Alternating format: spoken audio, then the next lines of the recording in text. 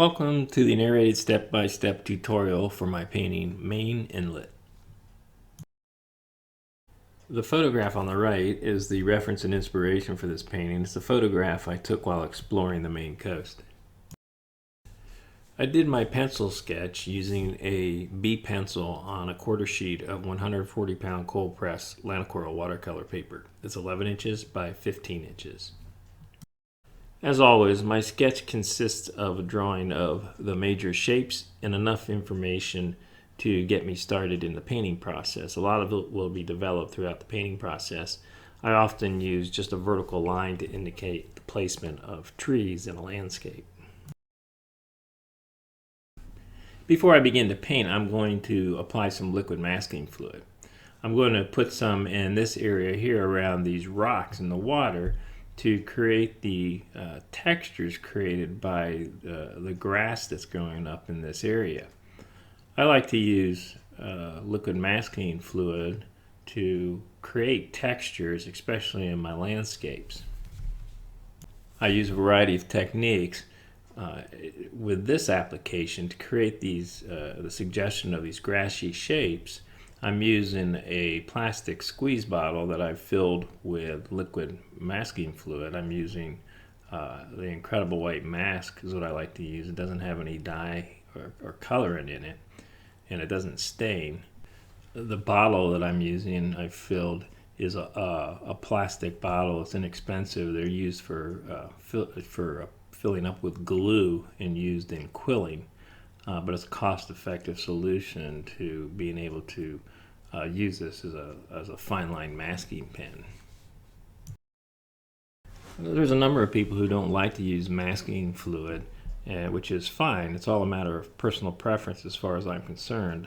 I feel it's a very effective technique for creating textures, as I mentioned, in landscapes. I'll use them with a fine line pen such as this to create linear shapes and marks, grassy shapes, twigs, sticks, limbs of trees. It's an effective way to maintain some of these fine textural qualities and still stay transparent without having to use any opaque paint. Another way I like to create textures using liquid masking fluid is to take a cheap toothbrush and dip it in the jar, or you can squeeze some onto it, but then I just splatter it, and it's a nice technique for creating textures in trees. And what I'll do is I'll splatter some liquid masking fluid, and then later on in the process I'll remove the masking fluid, and then I'll glaze over it with some lighter bright greens to help create texture and highlights, and it gives a bit of a sparkling effect in the trees. I find it's a very effective technique, again, for creating textures. And before I dip the brush in it, I put soapy water on it. That helps it clean up easier. Before I begin to paint, let's go through the colors that I use to accomplish this painting. Cerulean blue, ultramarine blue, cobalt blue, royal blue, sap green, pyrrole red, quinacridone rose madder, quinacridone coral, raw sienna, raw umber, quinacridone gold, cadmium yellow light. For royal blue, you could use indanthrone blue, indanthrene blue, or delft blue as a substitute.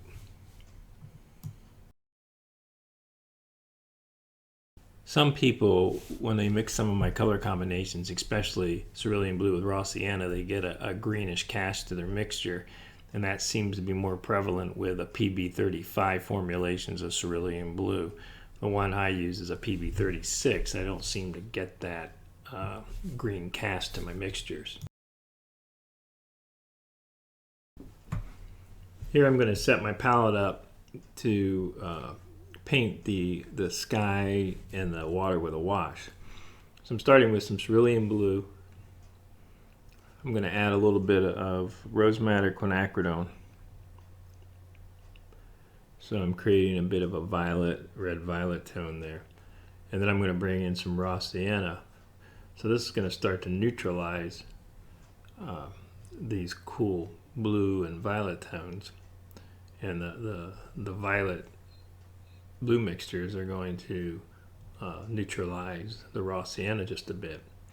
And when I put this wash down, I'm going to have a bit of a warm and a cool element, even though it's going to be fairly subtle.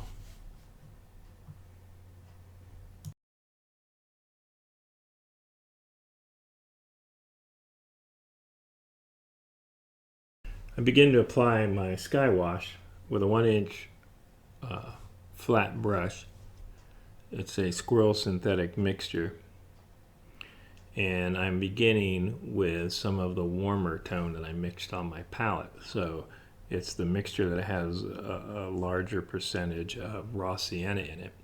And then I take some of the cooler mixtures that have more of the ultramarine blue and some of the quinacridone rose madder in it to give just a slight hint of a violet tone in it. So it's a very light wash that I'm putting on my sky. And remember that when this dries, it's going to dry about 30% lighter.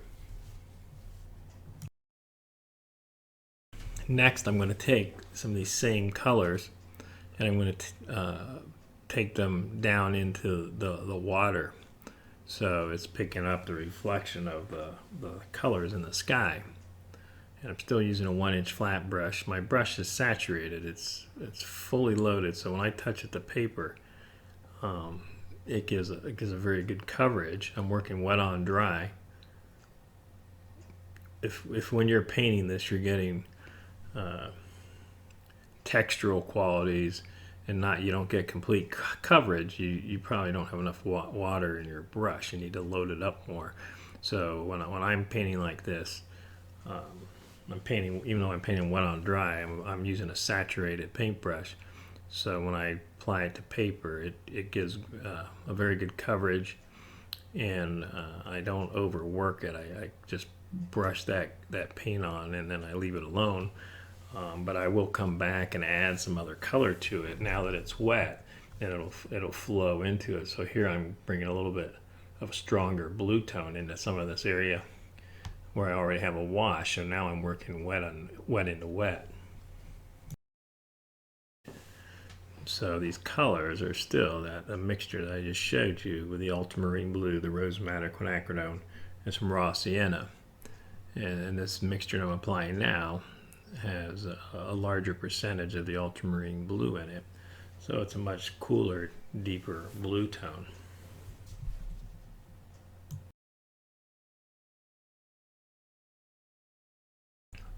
From the same mixture that I used in my sky wash, I'm going to paint this distant tree line, and the mixture I'm using is the mixture that's leaning more towards a red-violet tone.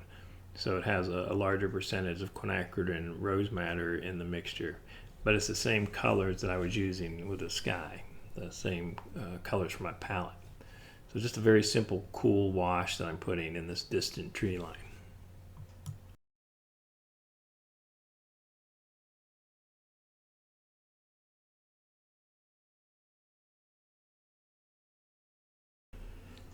Now I'm going to set my palette up to begin painting some of the tree lines. So I'm using sap green, and I'll mix in a variety of colors here. I'll add some pyro red, which helps tone the green down a little bit. I'll vary the ratios there, so some are leaning a little bit more towards the red side, a reddish brown green. And I'll also bring in some royal blue here, which gives a darker, cooler mixture. So as I mix these greens and set my palette up, I try to have a combination of warm and cool greens. Here I'm adding some raw umber, which will lean more towards the warm side. But I'll just mix pools of these colors, and then I have them they're already mixed and they're very accessible for me to load my brush as I paint. I don't have to stop and mix paint every time I want to change colors, and I load my brush with different colors frequently as I apply a wash. So just adjusting the ratios of this small set of colors, I can get quite a variety of green tones. And here I want some brighter green tones, so I'm using some cad yellow light and a little quinacridone gold.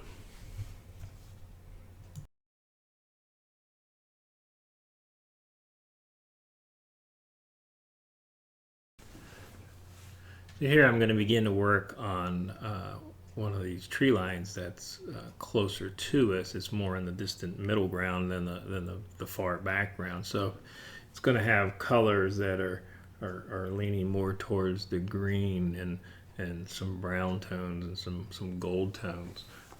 Whereas that distant tree line, because it's so far away and you have the effect of the atmosphere, it's more of a cool purple tone. I'm using a quill brush I like to use because it holds a lot of paint and has a nice fine point. And I often start some of these tree lines with just painting the tops, and then I bring that wash down as one unit. So I treat this as one big shape, this tree line, with a variety of colors in it. And I give it a little bit more definition towards the top where the trees start to rise above the tree line, the individual trees. So I start to detail some of the features of individual trees more towards the top. But as it comes down, it starts to just all come together as one big middle ground shape.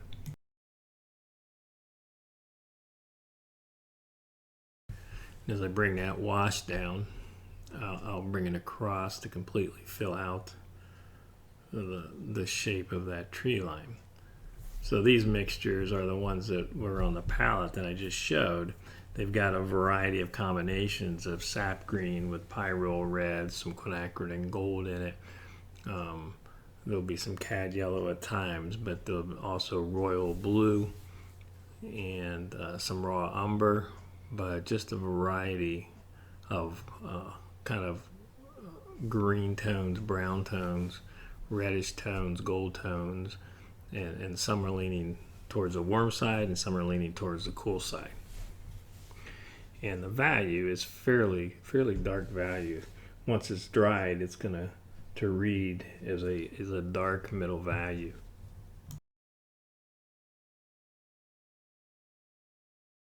Next, I'm going to begin to work on the other side of this inlet, and using similar values, similar green tones, and similar mixtures, working from the same palette. And as I come further to the left, there's light coming through these trees, and I start to get some lighter, brighter greens as that tree line starts to become more affected by the sunlight hitting it.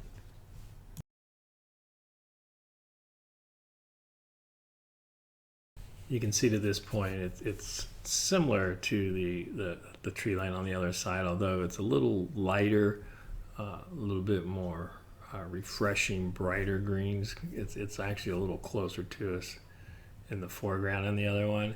And here I'm starting to introduce some golder tones. This has a mixture of quinacridone coral and quinacridone gold, and then taking some of the sap green with the cad yellow light in the mixture, and just coming across there that gives that lighter tone and the feeling of warmth and the sunlight hitting it.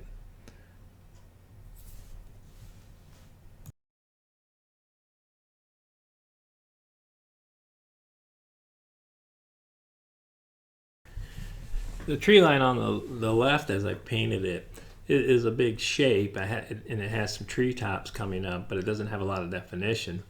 It's still fairly far back, and there's another layer of trees that overlap this, and they're going to be a darker value.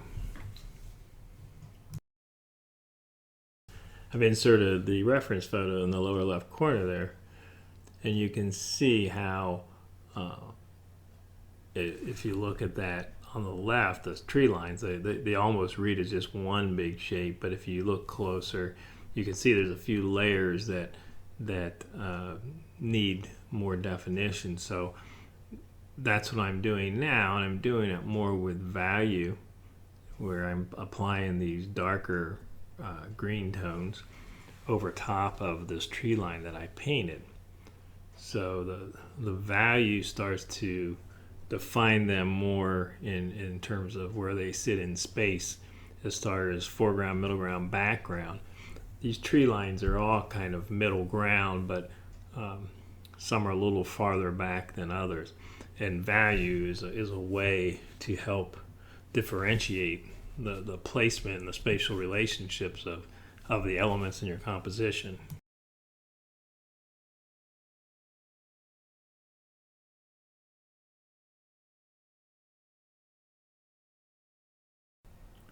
Here I'm painting some of the individual trees that are more separate from the larger tree shape or the tree line shape. And I'm painting them with a #1 rigger brush that can make some nice linear marks and hold quite a bit of paint. I'll come back later in the painting process and add a little bit more substance to a few of these trees.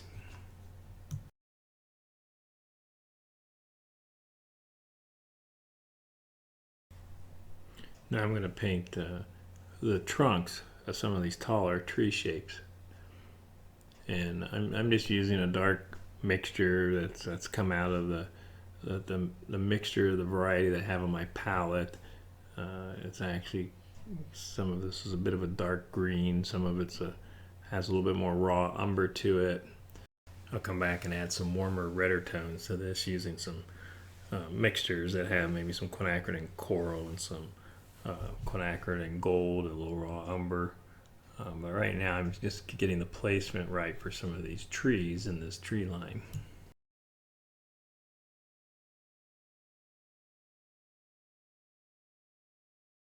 Here I've started to add a little bit of bulk to these tree trunks that I placed here.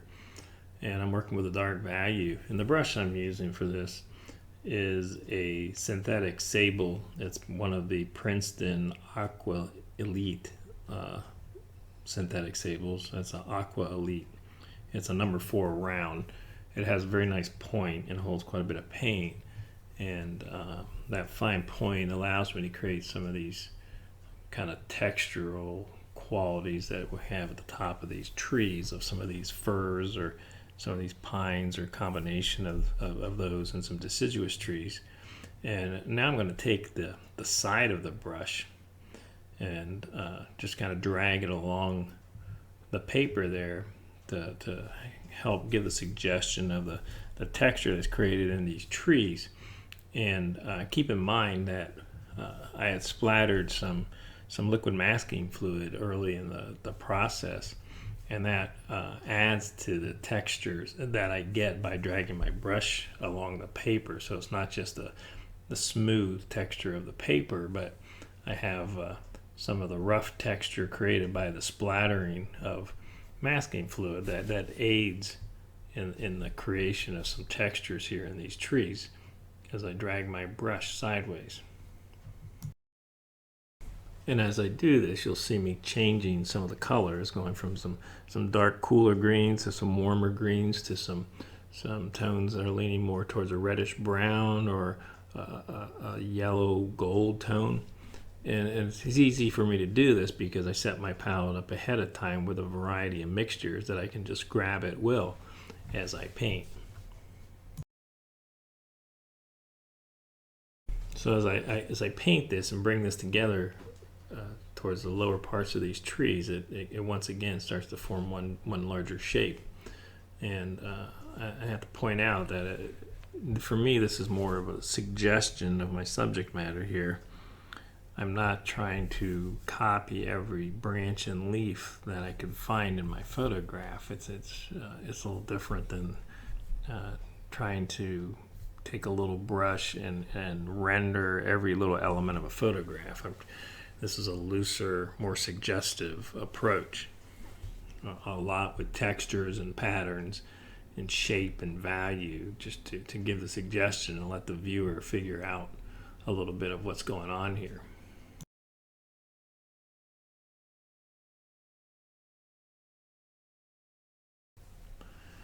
Here I've switched to a larger round brush. This is a synthetic squirrel combination. It's a hybrid brush, and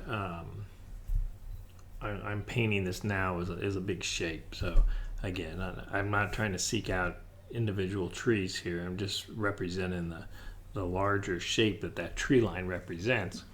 And I'm just, again, using a variety of the colors from my palette. I'm using a variety of angles with my brush as I apply the paint, and just trying to create a lot of interest and texture as I fill this tree line.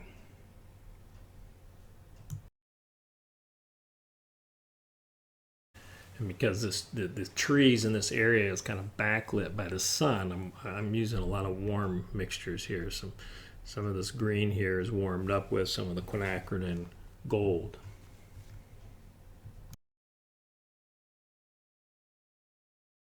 As you look at the vantage point of this composition, you look at where the viewer would be standing.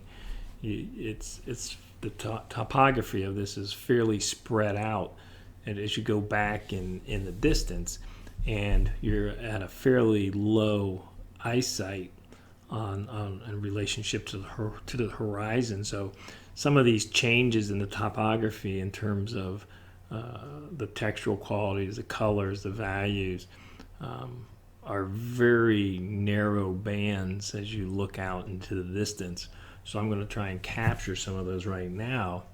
I'm using this, again, this number 4 round Aqua Elite brush from Princeton, and I'm just putting especially some of the bright gold tones, some of the yellow green tones down right now, and just building kind of the layers as you look into the distance that you see as you move back in space.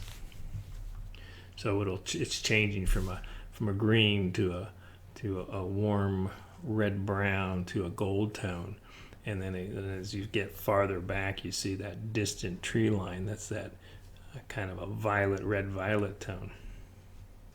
Because of the way this area is, these are very horizontal bands, very narrow horizontal bands of color, and the changes that just happen in very narrow bands.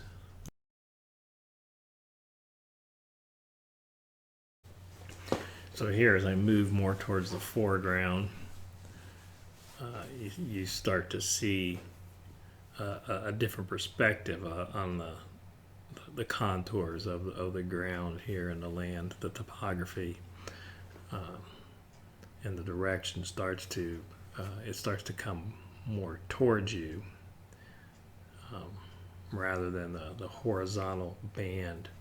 So there's a combination here of sap green, some raw umber, some quinacridone rose madder, quinacridone gold, and I just mix those in different ratios. They give me the warm or cool variations of some of these colors that I'm after, and to change my values to get some of these dark values. I use royal blue quite a bit as a paint that I can put in my mixtures and darken the value. Raw umber does that to some degree, but not quite as strong. But I get a lot of use out of my royal blue as far as creating dark values with other color combinations.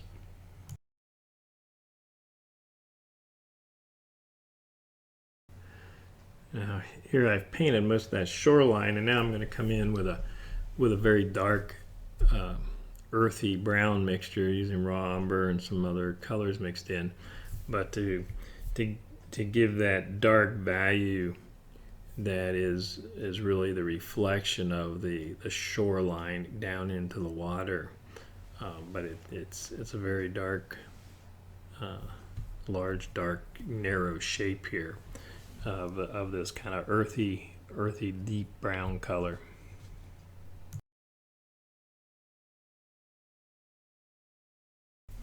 Here I've moved back to a little bit to the middle ground again, and I'm adding a little bit more to these tree trunks that I placed earlier while I was painting. So these are a couple trees that are just kind of out there away from the big mass of trees, and they create a nice point of interest there against that very simple background.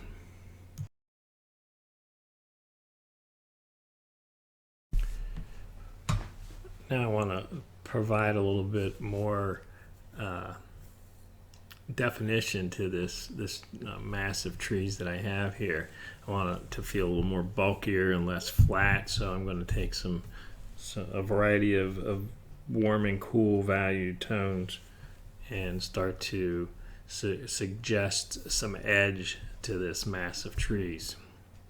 So while I'm not painting individual trees, I am trying to suggest that there's layers here and there's some volume and a little bit of trying to achieve some depth here, that there are trees overlapping other trees, and some trees are farther back in space than others. But again, I'm not trying to render every little tree in my reference photo.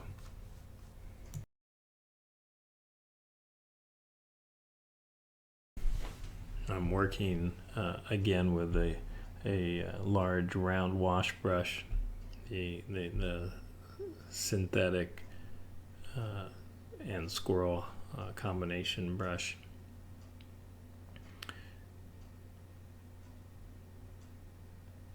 So again, just trying to suggest the edge in some of these shapes here. And I want to make that relationship. I want to have a larger shift in value in the relationship between that piece of land that's in front of that tree mass and the trees themselves, that tree line. So I'm going to take some of this darker value and I'm going to take it along the bottom of the tree line here to push it back a little bit from this piece of land that's in front of them. So you can see that some of those darker values, some are leaning more towards a warm red brown and some are more towards a cool earthy green. And the mixture that I'm using right now has quite a bit of royal blue in it to get this darker value. And it has some raw umber too to make it less blue.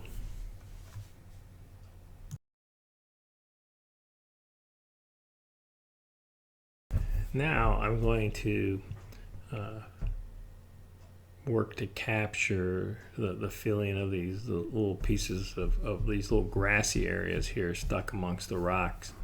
So I'll be using the same mixtures that I've been using throughout the rest of the painting there in the tree line and some of the distant the ground in the middle ground there. And I'll just grab a variety of colors from my palette. And once again, I can't stress enough that as I put this paint down, my brush is saturated. It's loaded with paint. So I'm working on dry paper, and so I'm working wet on dry. But I put my brush down with the paint down with the brush that's fully saturated. So when I put my brush to the paper, it gives full coverage in the mark. And you can see there that I'm trying to help enhance the suggestion of those grassy shapes that appear in the photograph. And you have that grass that's growing up amongst some of these rocks, and it's in the water. And I'll get a lot of that texture and that pattern from the masking that I did at the start. But at the same time, I'm going to try and enhance that a little bit by dragging my brush, and I'll use my plastic scraping tool at times too to help create that suggestion of grassy shapes, linear marks. And that's what I'm using right now is a plastic scraper. So I'm getting, you can see at the top, I'm dragging some of that pigment over to overlap the water, and helps enhance that texture of that grassy texture. And once this is dry and I remove the masking fluid, you'll start to see some of those other grassy shapes revealed by the liquid mask that I applied down at the start of my process. Here I'm taking some more of the darker values similar to what I used in the trees, and I'm just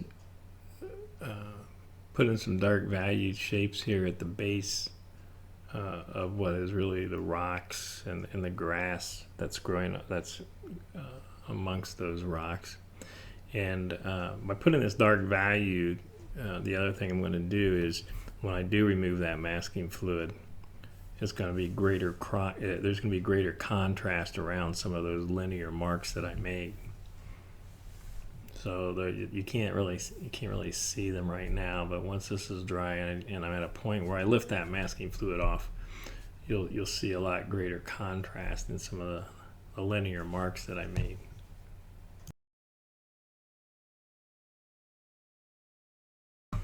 Now I'm going to paint some of these rock shapes, and it's not overly complicated. I'm not trying to noodle away every little crack and crevice. I'm just giving a suggestion of these rock forms using value with consideration to the light source.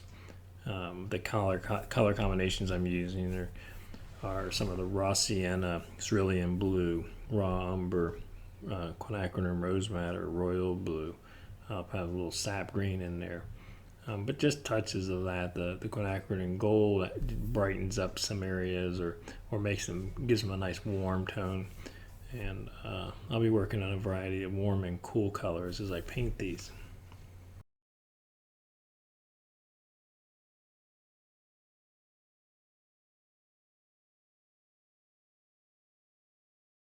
The majority of these rock shapes are being painted with a darker value. They're very much in shadow, but they're some of my darkest values in the composition and have some of the greatest contrast. They're more in the foreground, closest to us, as opposed to some of the other areas that are more distant.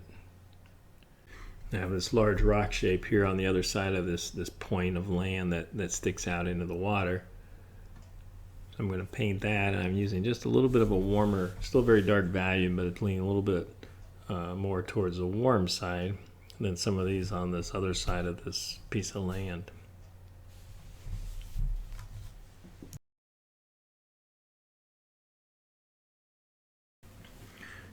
Here I'm going to do some more brush work on the smaller rock shapes, just working with a darker value.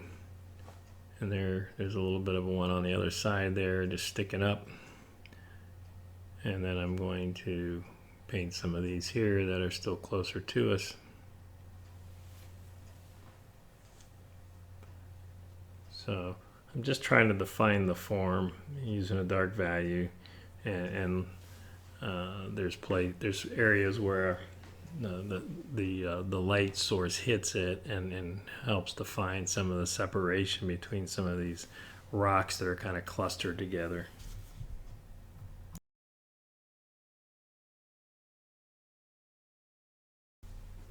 Here I'm painting this rock that's more in the foreground here, and it's a dark value, and that value is going to go from the rock right down into the water, into the reflection of the water and some of the ripples of the water. So now I'm going to use this number 4 synthetic sable, the Aqua Elite synthetic sable that I'm using. It's got a nice point, so it does a nice job of suggesting some of these ripples and reflections in the water. So I just bring that value down and start to break it up, moving my brush horizontally with the tip, just to give an indication that there's some rippling going on in the water.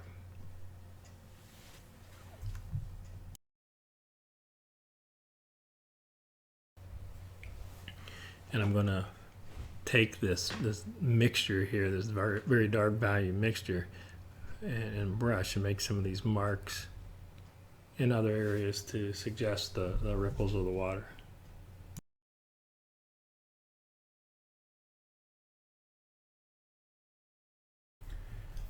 I've got a 1/2 inch flat brush loaded with a dark warm value. This would be a mixture of raw umber with some rose madder quinacridone, a little quinacridone gold in it, and then I have a cooler version of that's got some royal blue added to it.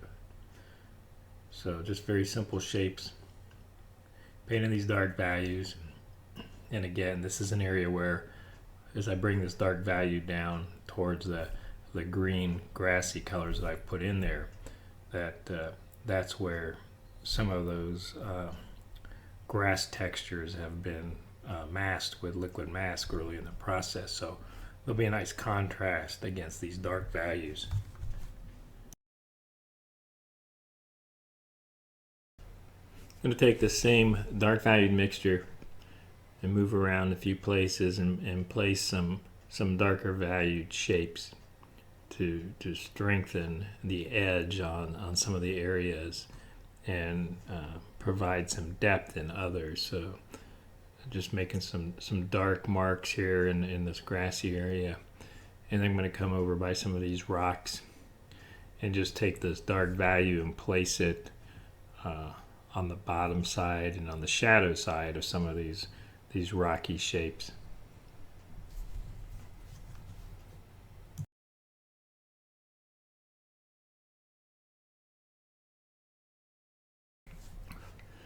I'm going to take this flat brush and the dark value here, and I'm going to drag the edge or the side of the brush on the water there to create the impression that there's again ripples in the water here, but a little less defined. Just dragging that brush creates a nice texture to give that suggestion of the distant ripples in the water.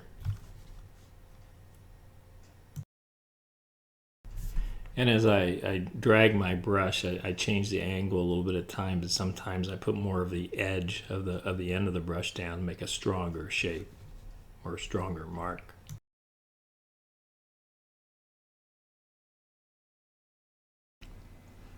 I want this tree line in the foreground to have a darker value to it. It's closer in space, it's closer to the foreground, and I want it to be stronger than the tree lines that are in the distance. So I'm coming back in over top of some of this with a darker value.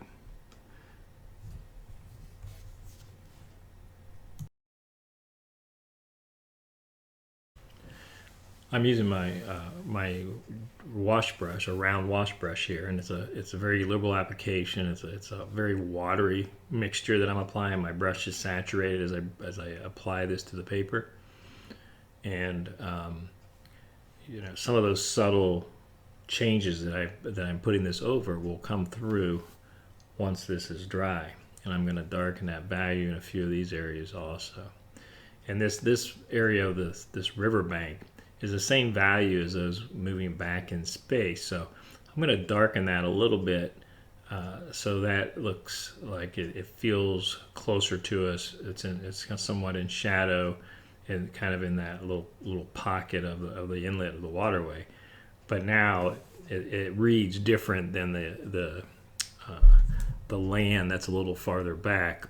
Before I put that wash on, they were very much the same.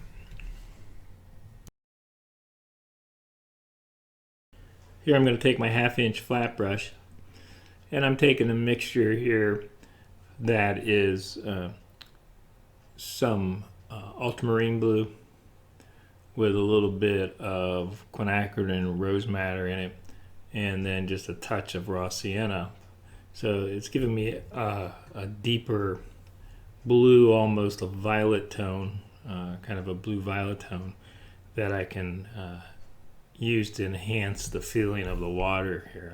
I'm moving horizontally with this 1/2 inch flat brush, using the tip of it at an angle, and just creating some more ripple effects in the water in various places.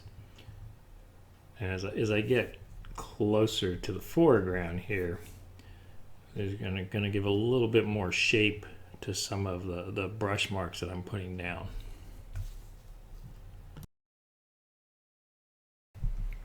Actually, as I get more towards the foreground here, some of these marks are going to actually get shorter as it gets closer, and it's not so much this long distant value, the linear shape in the distance, and it's more textural in nature as it's closer, and you can see some of these marks, more variety in the marks that I'm putting down.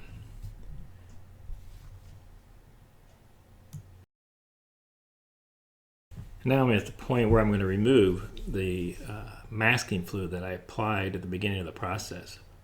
So I'm using a rubber cement pickup eraser, and I'm lifting the masking fluid that I put down with the bottle, with the squeeze bottle.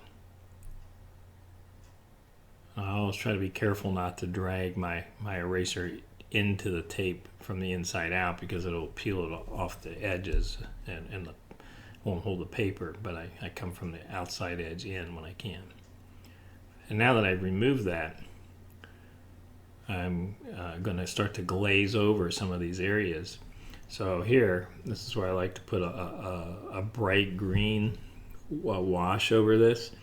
It gives a little bit of sparkle to the woods, and this is a mixture of cad yellow light with sap green. And then I've also started to mix in some gold and reddish gold tones, which is a mixture of quinacridone coral and quinacridone gold.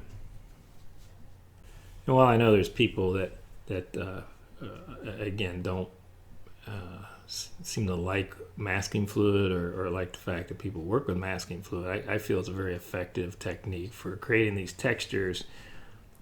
You could get this effect with a stipple approach to your painting, and stippling the paint maybe, but you can't paint this directly with a brush, these fine lines and kind of textures and patterns that get created this way. I feel this is a very effective technique.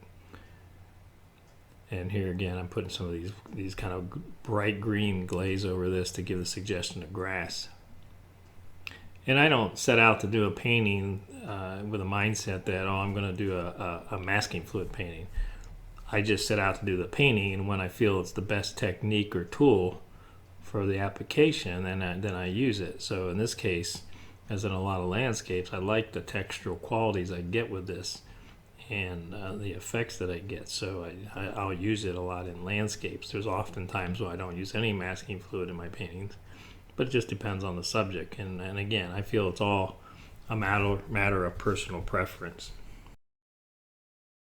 The same is true with using opaque paint. There's people that like to get these kind of effects by using opaque paint on top of their transparent watercolor, which is, again, it's fine if that's what you want to do. Once again, it's personal preference. I choose not to use any opaque paint. I work just strictly transparent, and the way that I get some of these textures and things that I like to see in my paintings is with masking fluid. That way I can still maintain the transparency that I like.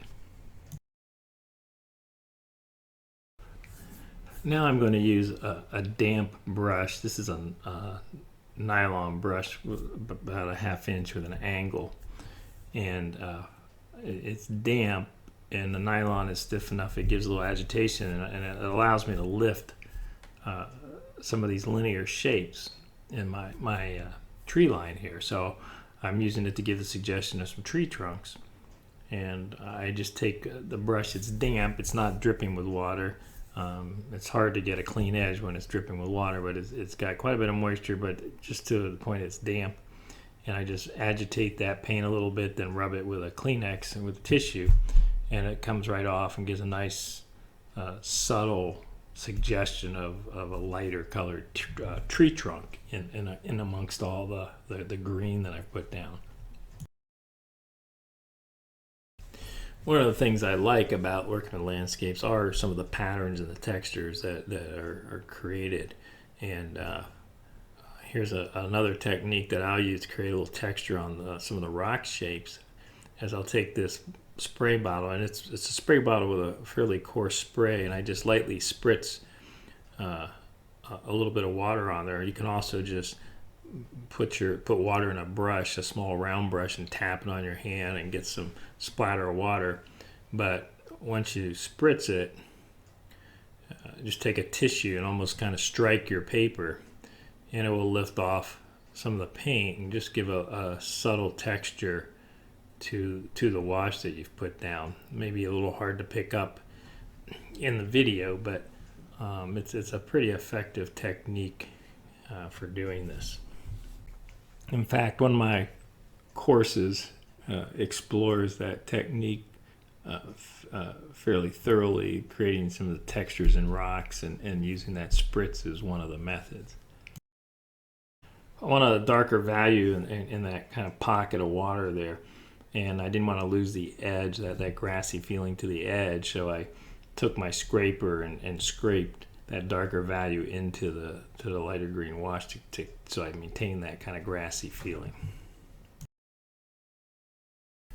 Now I'm going to take the fine mist spray bottle that I like to use and spray that area. This is all dry, and lift with a tissue to give the feeling of sunlight coming through. My photo has that feeling. It has the sun kind of backlit through these trees shining through. So I'm trying to give that suggestion of sunlight beaming through these trees.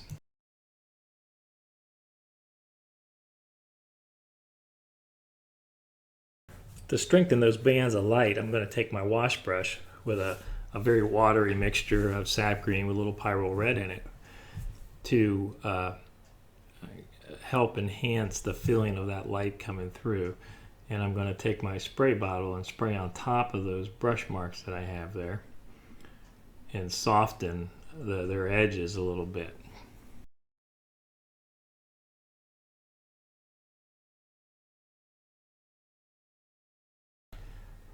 The painting's been thoroughly dried now. I'm going to put a white mat on to get a good look at it. And that's my painting, Maine Inlet. I hope you enjoyed this video. If you want the reference material for this video, you can go to the landing page for my online learning center. At the top of that page, you'll find a link to the reference material for my YouTube videos. If you have questions about my materials, you can always go to the studio page of my website, rsurwitzart.com, where I list all the materials that I use. And if you have specific questions, you can always email me at contact@rsurwitzart@gmail.com. Thanks for watching.